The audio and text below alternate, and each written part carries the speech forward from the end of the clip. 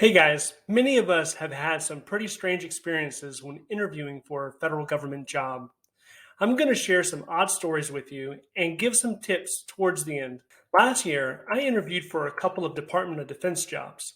One was with the Department of Air Force, and one was with the Department of Navy. And for both of them, about 15 minutes before the beginning of the interviews, the HR person actually emailed me all of the questions they were going to ask me.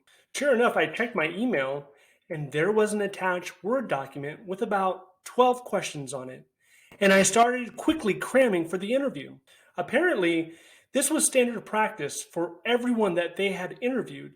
Now, I've interviewed at over a dozen departments in and around the Washington, D.C. area, including the Department of Labor and the Department of Homeland Security. And this had never happened to me before. To me, it seems strange to provide a person this type of information just 15 minutes before their interview, because surely they understand that most people will be rushing to research and filling in all of the answers. And then you probably end up having a frantic and confused person attempting to answer your questions. Another odd thing you will find during a lot of federal interviews is that a lot of times you will get the feeling based on the questions being asked that no one actually read through your resume. And many times, the people asking you questions might not have looked at your resume at all. The only people that probably gave it a good close look would be the HR person and also, hopefully, your hiring manager.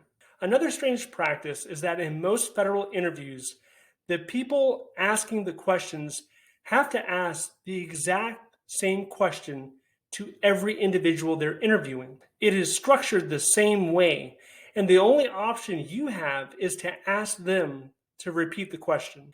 And sometimes you will get the feeling that the question seems completely unrelated to the position that you're applying for or your resume. In my experience, I had an interview in which the interviewer asked me if I had any aerial geospatial experience, which, if he would have looked at my resume, he could have seen that I clearly have zero geospatial experience.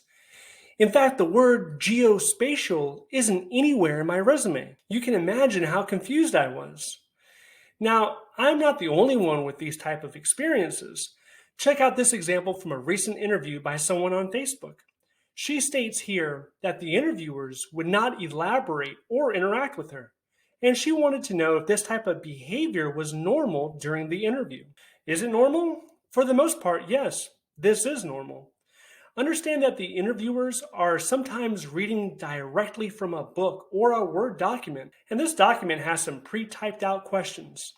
It can seem very cut and dry and detached, and after it is all over with, it's easy to feel like you weren't able to establish a personal connection with the interviewer. Also, the questions being asked can be a mixed bag. Some of the questions will target the qualification section of the job announcement, such as questions like, what is your experience with analyzing data? Or describe to me a time in which you evaluated data. And other times, there can be generic questions such as, what is your biggest weakness? Or how do you manage stress? Or what is your leadership style? Also, keep in mind that federal government interviewers have to write down everything that you say. So as you're talking and giving an answer, there will usually be dead silence in the background. And this might be a good reason to keep your answers short and precise. If you get caught with a bizarre question, you can always say that you don't know. But what I try to do is I try to find a way to spin the question in a way that I can share my experiences. For example, if an interviewer is asking if you have any experience analyzing data using a specific software, and maybe you have never heard of that software before, instead of saying you do not know, you can still answer the question in a way that demonstrates that you have analytical experience. You can say this by, I have experience analyzing data in Microsoft Excel or Microsoft Access. Also, do not be discouraged if your interview is suddenly rescheduled. Sometimes federal departments double book people, or the people that should be on the hiring panel take a day off. And as a result, you can have your interview moved or even canceled. I noticed another person on Facebook expressing some frustration after being told it could take 90 days after her interview to be notified if she was selected or not.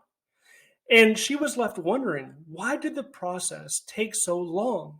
The process can be time consuming, but what is even more frustrating is that you may never hear anything back. There's usually no forcing mechanism that makes HR give you a rejection email or an email explaining why you were not selected. So oftentimes you are left wondering. Another unusual but possible situation is that the hiring manager might already know who they are planning to hire, and they are simply going through the motions of the interview as it is part of a formality. I know this is discouraging to hear, but it has happened in the past and it could happen in the future.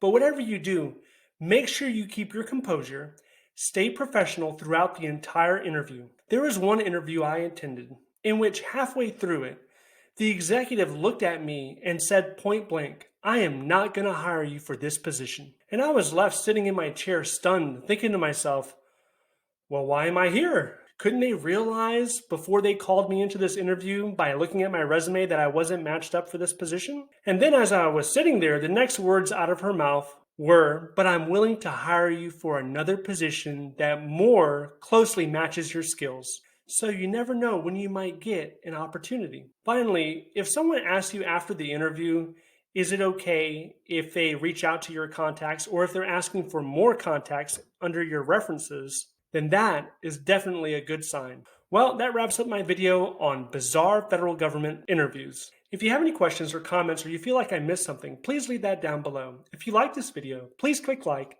and subscribe. And I'll see you in the next one. Thank you for watching.